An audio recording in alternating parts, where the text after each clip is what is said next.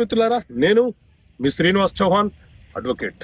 మిత్రులారా, ఒక కేసులోని విషయం ఏంటి అని అంటే, సాధారణంగా ఎవరైనా సరే, ఒక మేల్ అయినా ఒక ఫీమేల్ అయినా, ఒక ఆస్తిని కొనుగోలు చేస్తే ఆ ఆస్తి మీద వాళ్ళకే సర్వ హక్కులు ఉంటాయి.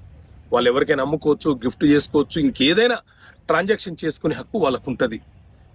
వారికి సంబంధించిన బంధువులు గాని, భార్య, లేకపోతే పిల్లలు, లేకపోతే ఏ ఏ రకమైనటువంటి సంబంధికులైనా సరే ఆస్తి మీద వాళ్ళకి హక్కులు సంక్రమించవు. కానీ మద్రాస్ హైకోర్టులో ఒక సంఘటన జరిగింది. ఏంది అంటే, భర్త ఒక ప్రమాదానికి గురైనాడు. ప్రమాదానికి గురై హాస్పిటల్లో కోమాలో ఉన్నాడు.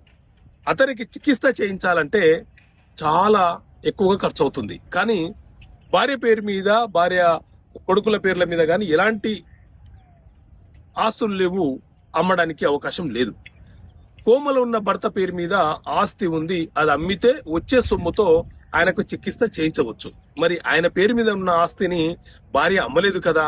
అందుకు ఆవిడ ఏం చేసింది అని అంటే, మద్రాస్ హైకోర్టులో ఒక పిటిషన్ ఫైల్ చేసింది, ఒక రిట్ పిటిషన్ ఫైల్ చేసింది.